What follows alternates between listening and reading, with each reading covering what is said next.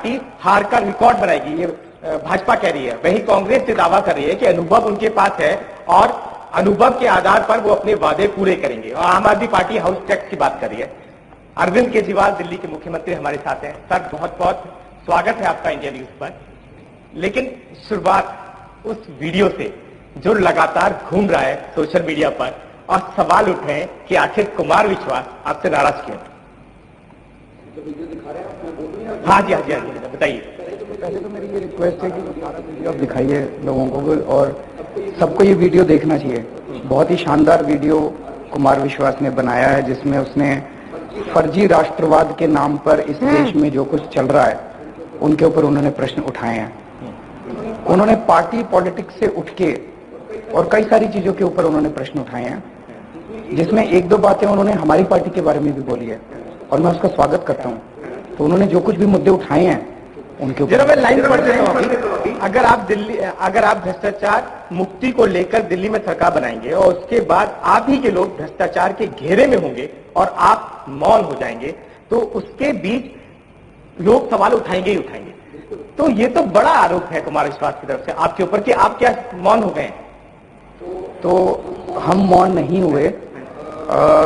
हमारी अकेली पार्टी है जिसने जब भी हमारे किसी मंत्री के ऊपर कोई भी आरोप लगा, प्राइमा फेसी भी अगर स्ट्रॉन्ग एविडेंस था, अभी ट्रायल चल रहे हैं, अभी पूरा साबित नहीं हुआ, लेकिन मैंने जब भी आरोप लगे मैंने खुद उन आरोपों को के कागज देखे और जहां जहां मुझे लगा कि आरोप में प्राइमा फेसी पहली दृष्टि में स्ट्रॉन्ग एविडेंस है, हमारी पार्टी ने खुद बिना मीडिया के उठाए, बिना विपक्ष के उठाए अपने मंत्रियों को हमने बर्खास्त किया और सीबीआई को केस सौंप दिया। जब जब हमारे किसी एमएलए के ऊपर आरोप लगे मैंने खुद उनके सारे कागज देखे। लेकिन अगर आप झूठे आरोप, आज मनीष सिसोदिया के ऊपर ये लोग आरोप लगा रहे हैं कि मनीष सिसोदिया ने फेसबुक और ट्विटर को जो ठेके दिए उसमें टेंडरिंग नहीं की, इसके बेसिस पे मनीष सिसोदिया के ऊपर सीबीआई ने एक एफआईआर दर्ज कर दी। अब मैं आपसे पूछना चाहता हूं, फेसबुक को अगर आप देते हो, फेसबुक के तो फिक्स रेट है, उसके ऊपर टेंडरिंग कैसे होती है? फेसबुक की टेंडरिंग होती है, आप रेलवे से टिकट खरीदने जाओ और आपको टेंडरिंग नहीं की रेलवे से टिकट, तो रेलवे तो एक ही है, फेसबुक तो एक ही है, ट्विटर तो एक ही है। इस किस्म की मनगढ़ंत फर्जी एफआईआर अगर होंगी तो उसके ऊपर तो ऐसे तो ये सारे मंत्रियों को निकाल देंगे।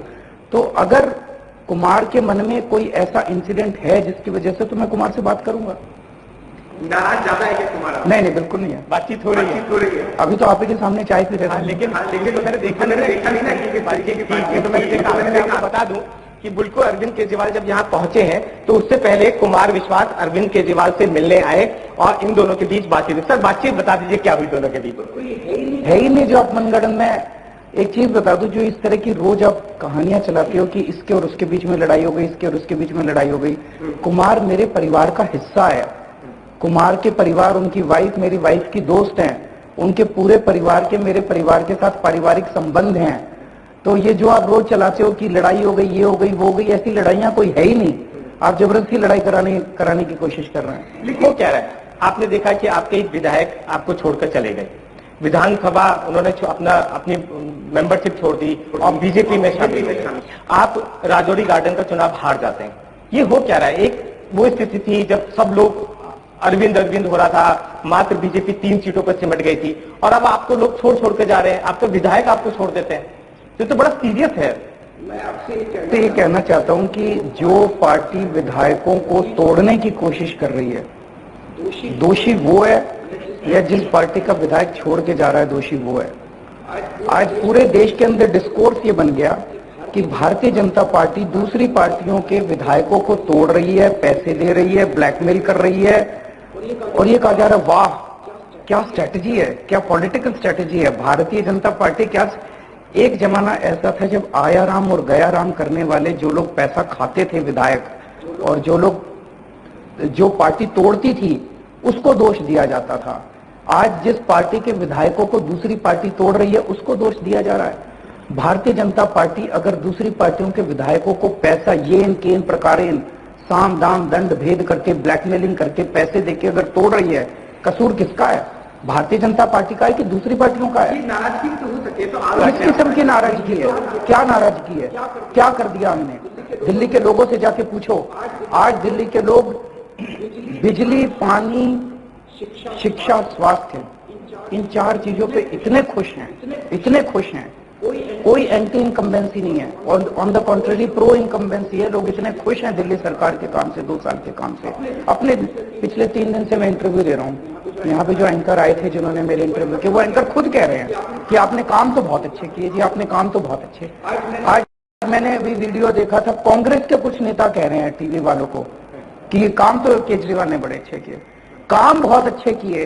तो आप राजौरी गार्डन मैंने बताया है, उसका कारण ये था, जैसे उस टाइम आपको याद है मैंने इस्तीफा दे दिया था 49 दिन की सरकार के बाद, लोगों को वो पसंद नहीं आया था। एक चीज तो अब हमने सीख ली कि इस्तीफा देके कहीं बीच में, टर्म के बीच में छोड़, अब इस्तीफा नाम से डर लगने लगा है आपको? इस्तीफा नाम से डर लगने लगा है। राजौरी गार्डन में यही हुआ, जो भूल हमने पहले की थी वो भूल यहाँ पे हुई, लेकिन पार्टी ने अच्छा बन के आए। जब आपने इस्तीफा दिया था तो आपका विधायक ऐसे क्यों नहीं कर पाए? क्यों है? समझा नहीं पाए हम राजौरी गार्डन के लोगों को। समय बहुत, उस टाइम हमको 8 महीने मिले थे, अभी 8 हफ्ते भी नहीं मिले। तो राजौरी गार्डन के जर्नैल सिंह जो हैं, उन्होंने सिख समाज के लिए बहुत काम किया है। उनका मन था पंजाब से चुनाव लड़ने का, पार्टी भी सहमत थी पंजाब से वो चुनाव लड़े। उन्होंने राजौरी गार्डन से इस्तीफा दिया, पंजाब चले गए।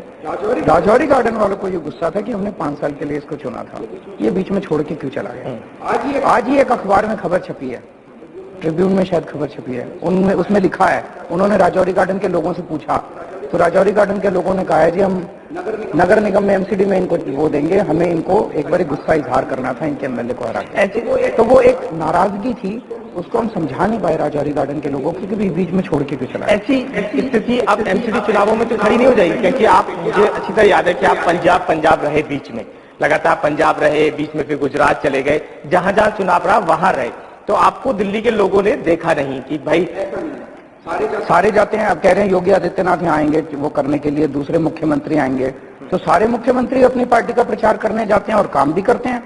मैंने दिल्ली के अंदर 2 साल के अंदर इतना काम किया है, 2 साल के अंदर 5 बड़े बड़े माफिया दिल्ली के, उनको ध्वस्त कर दिया दिल्ली में, जिससे जनता त्रस्त थी। एक टैंकर माफिया था दिल्ली में, पानी के टैंकरों का बहुत बड़ा माफिया चला करता था। दिल्ली की 309 कॉलोनी के अंदर पाइपलाइन से पानी पहुंचा दिया, घर घर में टूटी से पानी पहुंच गया, टैंकर माफिया खत्म हो गया। ये टैंकर माफिया बड़े बड़े नेताओं को पैसा पहुंचाता था, बीजेपी कांग्रेस के, ये खत्म हो गया। दिल्ली के जितने बड़े बड़े स्कूल हैं, लाखों करोड़ों रुपए की डोनेशन लेते हैं, बड़े बड़े कॉलेज हैं, ये किसके हैं? ये बहुत बड़े बड़े बीजेपी और कांग्रेस के नेताओं के होते थे। 2 साल से मनीष सिसोदिया ने इनको फीस नहीं बढ़ाने दी। पूरे शिक्षा, मनीष सिसोदिया ने दिल्ली के सरकारी स्कूलों को इतना अच्छा कर दिया कि अगर अब प्राइवेट में भी एडमिशन नहीं मिलता, लोग अपने बच्चों को सरकारी स्कूल में भेज। 1 मिनट मेरे को पूरा कर लेने दीजिए। तो ये शिक्षा माफिया को तोड़ा इन्होंने। मनीष सिसोदिया ने बड़े बड़े लोगों से पंगे लिए हैं। दिल्ली के अंदर दवाइयों का माफिया था, जो सरकारी अस्पतालों में फर्जी बिल लगाते थे, आधा खुद खाते थे, आधा उनको देते थे। सतिंदर जैन ने दिल्ली के सारे सरकारी अस्पतालों में दवाइयां मुफ्त कर दी, टेस्ट मुफ्त कर दिए, इलाज मुफ्त कर दिया। इस दवाइयों के माफिया को उसने तोड़ा है। इसमें बड़े बड़े लोग शामिल थे। दिल्ली के अंदर बिजली कंपनियों का माफिया था, जो हर साल बिजली के दाम बढ़ाती थी। हमने आने के बाद देश में, जब मैं मुख्यमंत्री बना, सबसे महंगी बिजली दिल्ली में थी, आज सबसे सस्ती बिजली दिल्ली में कर दी, और 2 साल से दिल्ली में बिजली कंपनियों को दाम नहीं बढ़ाने दीजिए। दिल्ली में ठेकेदारों का माफिया था। मैं एक बताता हूं, 325 करोड़ का एक पुल बनना था, हमने 200 करोड़ में पुल पूरा कर दिया। पहले ये इतना इन्फ्लेट करते थे बिलों को, ठेकेदारों का माफिया तोड़ा है।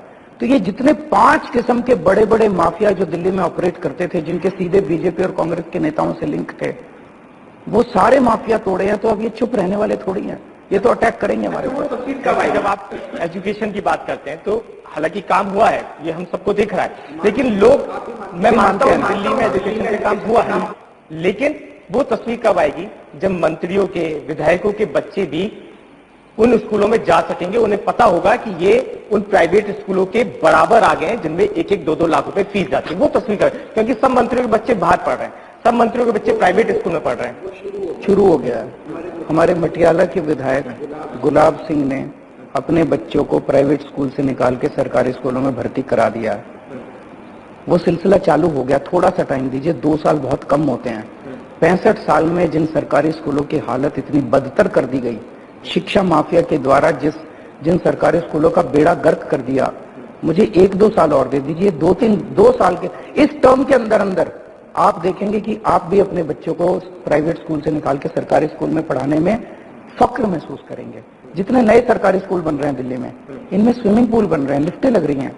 कभी सोचा कितने सरकारी स्कूल हैं दिल्ली के, प्राइवेट स्कूल हैं दिल्ली में जिनमें स्विमिंग पूल है, लिफ्टें हैं। अब इनका स्टैंडर्ड भी बढ़ा रहे हैं, टीचर्स की ट्रेनिंग करा रहे हैं।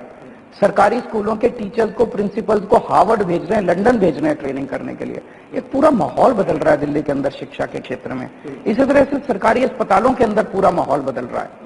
दिल्ली के सरकारी अस्पतालों के अंदर कई लोग मेरे को बताते हैं कि जमीन आसमान का फर्क आने लगा है। मोहल्ला क्लिनिक जो बन रहे हैं दिल्ली के अंदर, एयर कंडीशन क्लिनिक हैं, एयर कंडीशन डिस्पेंसरी बन रही हैं, सारी दवा। मैं पश्चिम बिहार की पॉलीक्लिनिक में गया था, वहां पे आपको बहुत ही संभ्रांत एजुकेटेड परिवार के, अमीर परिवारों के लोग आपको लाइन में खड़े हुए डॉक्टर को दिखाते हुए मिलेंगे। और वहां पे औरतों ने मेरे को कहा जी आपने तो फोर्टिस और मैक्स को भी मात कर दिया, जो इतना बढ़िया आपने हमारा पॉलीक्लिनिक बनाया। अच्छा, तो अगर अस्पतालों में अमीरों के लोग भी आके इलाज कराएं, इससे बड़ा सर्टिफिकेट हो सकता है। ये सर्टिफिकेट की जो आप बात कर रहे हैं, ये तो तब पता चलेगा जब एमसीडी चुनावों के वक्त जनता आपको चुनाव के लिए मैं जनता को ये कहना चाह रहा हूं, क्या आपको पता है कि दिल्ली में सफाई की जिम्मेदारी किसकी है? नहीं पता ना? एमसीडी की है, दिल्ली सरकार की नहीं है। क्या आपको पता है कि एमसीडी में पिछले 10 साल से किसकी सरकार है? भारतीय जनता पार्टी की, आम आदमी पार्टी की नहीं है। कई लोगों को ये गलतफहमी होती है हमारी है। अब ये एमसीडी ने 10 साल में इतनी गंदगी फैला दी, इतनी गंदगी, 1 मिनट बस, इतनी गंदगी जानते, आपने बता रखा सब जनता है, नहीं जानते लोग, अभी भी नहीं जानते। इतनी गंदगी फैला दी है एमसीडी ने 10 साल के अंदर। अब अगर आपने बीजेपी को वोट दिया, कुछ नहीं बदलेगा, ये सब ऐसे ही रहेगा, मच्छर भी वैसे ही रहेंगे, गंदगी भी वैसी रहेगी, सब कुछ ऐसे रहेगा। अब बदलाव का टाइम आ गया। ये लोग जानबूझ के मोदी जी के नाम पे वोट मांग रहे हैं। अब मोदी जी तो आके दिल्ली की सफाई नहीं करेंगे। डर गए क्या मोदी तो? नहीं, मैं क्यों डर गया? मैं तो जनता को वो बता रहा हूं। अब मोदी जी तो आगे दिल्ली की सफाई नहीं करेंगे। दिल्ली की सफाई तो आम आदमी पार्टी या तो केजरीवाल करेगा या विजेंद्र गुप्ता करेगा, इन्होंने ही सफाई करनी है। तो आप तक क्यों जाते हैं? आप बड़े नाराज है, आप गंदी सी फोटो यूज करते हैं उनकी। तो विजेंद्र गुप्ता जी को कहा था आप अपनी अच्छी फोटो भेज दो, हम बहुत लगा। नहीं, आपने अपनी तो अच्छी सी फोटो खिंचवाई है, नई और नेट पे हमने ढूंढा, उनकी वो सबसे अच्छी फोटो मिली हमको। ये फोटो हमने आप हमसे मांग लेते हैं, इंडियन न्यूज आपको दे देता है। दे दो हमने आप हमसे अप्रूव कराएंगे, टाइप करिए, अच्छी फोटो है। दिल्ली के लोगों से ये अपील है, अब अपने को दिल्ली साफ करनी है। जैसे हमने दिल्ली में एजुकेशन माफिया तोड़ा, जैसे हमने ठेकेदारों का माफिया तोड़ा, बिजली कंपनियों का माफिया तोड़ा, टैंकर का माफिया तोड़ा, अब दिल्ली की सफाई करनी है। दिल्ली की सफाई करने के लिए आप आम आदमी पार्टी को वोट देंगे, मैं आपको बता रहा हूं 1 साल के अंदर दिल्ली चमका के दिखा दूंगा। अच्छा, आपने क्या अपनी रणनीति में परिवर्तन किया है? आपने मोदी जी का नाम लिया अभी, मैं ये देख रहा हूं जब से आप पंजाब से लौटे हैं तब से अब उनका नाम नहीं ले रहे हैं, आप पहले सीधा अटैक कर रहे थे। तो क्या ये रणनीति में परिवर्तन किया है आम आदमी पार्टी ने? अच्छा काम, हमारा किसी इंडिविजुअल से या किसी पार्टी विशेष से हमारा कोई दुश्मनी नहीं है। जब जब वो अच्छा काम करेंगे हम तारीफ करेंगे, जब जब गलत काम करेंगे हम विरोध करेंगे। हमारा धर्म है। उन्होंने स्वच्छ भारत किया, हमने साथ दिया। उन्होंने योगा किया, हमने साथ दिया। प्रधानमंत्री जी ने स्वच्छ भारत कार्यक्रम किया, केजरीवाल ने साथ दिया, बीजेपी ने साथ नहीं दिया। प्रधानमंत्री जी ने स्वच्छ भारत कार्यक्रम लॉन्च करने के बाद दिल्ली की बीजेपी को बुलाया, उनको कहा भाई तुम एमसीडी चला रहे हो, दिल्ली को साफ करो। हजारों करोड़ रुपए दिए उन्होंने बीजेपी वालों को दिल्ली में, सारा पैसा खा गए बीजेपी वाले, मोदी जी को भी नहीं छोड़ा इन्होंने। अच्छा, शुंगलू कमेटी में बहुत सारी चीजें हैं। कुछ लोगों को मैं कल सोशल मीडिया पे देख रहा था तो उन्होंने कुमार विश्वास के उस वीडियो को शुंगलू कमेटी से भी जोड़ा कि एक वक्त था जब अरविंद केजरीवाल रिश्तेदार को लाभ के पद देने का विरोध करते थे, लेकिन वहीं सत्येंद्र जैन की बेटी को, शोभना जैन को मोहल्ला क्लिनिक में सलाहकार बनाया गया। आपने विरोध क्यों नहीं किया चीज का? कितने पैसे मिलते थे उसको? क्या दिल्ली में कोई और ऐसा बच्चा नहीं था जिसे सलाहकार के पद पे लगाया जा सकता है? बहुतों को बनाया है, बहुतों को बनाया है। ये हमने दिल्ली सरकार बनने के बाद, आपको याद होगा, हमने कहा था भाई जो बच्चे कॉलेज करके निकलते हैं आप इंटर्नशिप के लिए अप्लाई करो, हम लोग आपको लेंगे। मैं आपको लिस्ट दे दूंगा, कई सारे बच्चों को, यंग लड़के लड़कियों को जो पैसा नहीं लेते, उनको ना पैसा दिया ना सुविधा दी, कुछ नहीं दिया उनको हमने, कोई गाड़ी घोड़ा बंगला कुछ नहीं दिया। वो बेचारे अपना साल भर 1.5 साल भर अगली नौकरी करने के पहले यहाँ पे आते थे और काम करते थे। कितने सारे बच्चे लगे एज इंटर्न। तो क्या गलती है इसमें? शुंगलू कमेटी ने सवाल उठाया। शुंगलू कमेटी ने सवाल क्यों उठाया? शुंगलू साहब से जाके पूछिए। शुंगलू साहब के खिलाफ इंक्वायरी चल रही है। और शुंगलू साहब के खिलाफ बहुत सीरियस कंप्लेंट आई थी एलजी के पास, मेरे पास। तो इन्होंने सेटिंग कर ली शुंगलू के साथ। आपने बनाई रिपोर्ट? शुंगलू के साथ सेटिंग कर ली कि तुम एक काम करो, केजरीवाल को ठोक दो रिपोर्ट में, तो हम तुम्हारी इंक्वायरी नहीं कराएंगे। आप पूछो एलजी साहब क्या इंक्वायरी करके पूछो। जून 2015 के अंदर उनके पास शुंगलू के खिलाफ कंप्लेंट आई थी कि नहीं आई थी? शुंगलू ने इतने घपले कर रखे हैं डीपीएस की सोसाइटी में। तो ये नतीजा है जो पूरी रिपोर्ट बनाएगी। पूरी शुंगलू कमेटी रिपोर्ट उठा के देख लो, उस रिपोर्ट में एक पैसे के भ्रष्टाचार की गड़बड़ करो। पूरी शुंगलू रिपोर्ट क्या कहती है? शुंगलू रिपोर्ट कहती है एलजी के पास इस केस में फाइल नहीं भेजी, एलजी के पास फाइल नहीं भेजी। वो कहते हैं इस केस की फाइल नहीं भेजी, इस केस की फाइल नहीं भेजी, इस केस की फाइल नहीं भेजी, इस केस की। हमने एलजी के पास फाइलें नहीं भेजी, हम मानते हैं, क्योंकि जब हमारी सरकार बनी 70 में से 67 सीट आई, हमारा ये मानना था कि भाई इलेक्टेड गवर्नमेंट है, हम फाइनल है, इलेक्टेड गवर्नमेंट फाइनल है, एलजी के पास फाइलें भेजने की जरूरत नहीं है, जैसे दूसरे राज्यों में नहीं भेजी जाती। दिल्ली हाईकोर्ट के ऑर्डर आने के बाद दिल्ली हाईकोर्ट ने कहा भी एलजी फाइनल है, हमने सारी फाइलें एलजी के पास भेजने चालू कर दी। घपला। और मेरे को बड़ी खुशी है, शुंगलू कमेटी को बनाया हमारे विरोधी पार्टी की सरकार ने, केंद्र सरकार ने शुंगलू कमेटी बनाई, जो हमारी घोर विरोधी है। उसने हमारे 2 साल की सारी फाइलें चेक कर ली, सारी फाइलें चेक करने के बाद एक पैसे का उनको गड़बड़ नहीं मिली। इससे बड़ा सर्टिफिकेट ईमानदारी का मिल सकता है? मैं चैलेंज करता हूं, हमको भी अपनी सारी फाइलें दिखा दो, देखते तुमने कितनी गड़बड़ कर रखी है। इससे नाराज क्यों रहते हैं? आप दिल्ली के मुख्यमंत्री हैं, तमाम लोग आप ही को मुख्यमंत्री मानते हैं क्योंकि आपको चुना गया। तो ये इतना झगड़ा लोगों में असर है इस बात का? मैं क्या झगड़ा कर रहे हैं? हम झगड़ा कर रहे हैं। आप ये बताओ, कल हमारा इन्होंने दफ्तर छीन लिया, हमने झगड़ा किया, हमने दफ्तर 67 सीट वाली पार्टी का एक दफ्तर है, 0 सीट वाली कांग्रेस के 4 दफ्तर हैं दिल्ली में, उनको 4 बड़े बड़े बंगले बीजेपी वालों ने दे रखे अपने दफ्तर बनाने के लिए। 3 सीट वाली पार्टी बीजेपी के 7 दफ्तर है दिल्ली में, 7 बड़े बड़े। हमारा एक दफ्तर है, कानून में लिखा हुआ है, हम भीख नहीं मांग रहे, हम गड़बड़ नहीं कर रहे, कानून में लिखा हुआ है कि स्टेट रिकॉग्नाइज्ड पार्टी को दिल्ली सरकार दफ्तर देगी।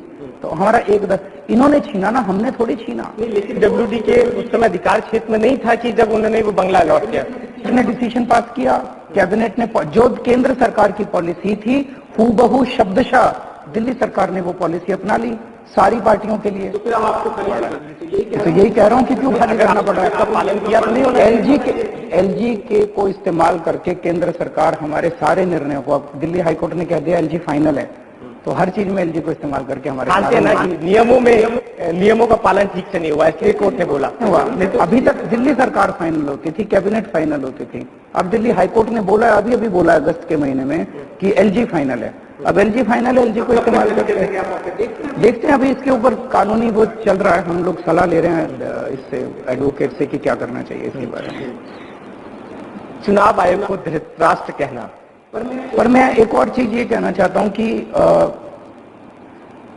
दिल्ली के अंदर मोटे मोटे दिल्ली सरकार के बड़े लिमिटेड दायरा है, मोटे मोटे 4 ही डिपार्टमेंट थे, बिजली, पानी, शिक्षा, स्वास्थ्य। इन 4 विभागों में, 4 क्षेत्रों में क्रांतिकारी बदलाव आए हैं 2 साल के अंदर, चारों में, मानना पड़ेगा ये। लेकिन बहुत सारी चीजें 80% दिल्ली के काम ऐसे हैं जो एमसीडी से होते हैं, नगर निगम से होते हैं। सबसे बड़ी सफाई है, पार्किंग है, ये वो बहुत सारे काम है। और जब भी हम कुछ करने की कोशिश करते हैं एमसीडी के अंदर वो टांग अड़ाते हैं। जैसे पिछले साल हमने बजट पास किया 250 करोड़ का, हमने कहा दिल्ली में जितने डार्क स्पॉट्स हैं, जितने अंधेरे इलाके हैं, वहां पे हम खंबे लगाएंगे और उस पर बिजली के वो लगाएंगे। हमने इनको कहा, इन्होंने हाउस में, बीजेपी वालों ने एमसीडी के हाउस में प्रस्ताव पारित कर दिया, दिल्ली सरकार के पैसे से हम दिल्ली की सड़कों पे खंबे नहीं लगने देंगे। किसका नुकसान हुआ? औरतों का नुकसान हुआ जो असुरक्षित महसूस होती है। बताओ इनका क्या गया? कितनी गंदी राजनीति है। दिल्ली सरकार पैसा दे रही है, दिल्ली सरकार खंबे लगा रही है, केवल इनसे एक एनओसी चाहिए था, इन्होंने एनओसी नहीं लिया। पिछले साल हम लोगों ने बजट में पास किया कि 1,500 करोड़ रुपया पास किया कि पूरी दिल्ली की सारी कच्ची कॉलोनियों के अंदर हम घर घर में पानी पहुंचाएंगे पाइपलाइन से, टूटी से। इन्होंने हाउस में प्रस्ताव पारित कर दिया कि दिल्ली सरकार के पैसे से एमसीडी के रोड के ऊपर पाइपलाइन नहीं लगने देंगे। किसका नुकसान हुआ? दिल्ली के लोगों का नुकसान हुआ। अब मैं दिल्ली के लोगों को कहना चाहता हूं कि एक ही सरकार अगर आपकी होगी, नगर निगम में भी, एमसीडी में भी और उसमें भी, दिल्ली सरकार में, ये सारे झगड़े खत्म होंगे और बहुत तेजी से दिल्ली का विकास होगा। चलिए, अरविंद के साथ बाकी खबरों के लिए आप देखते रहिए इंडिया न्यूज।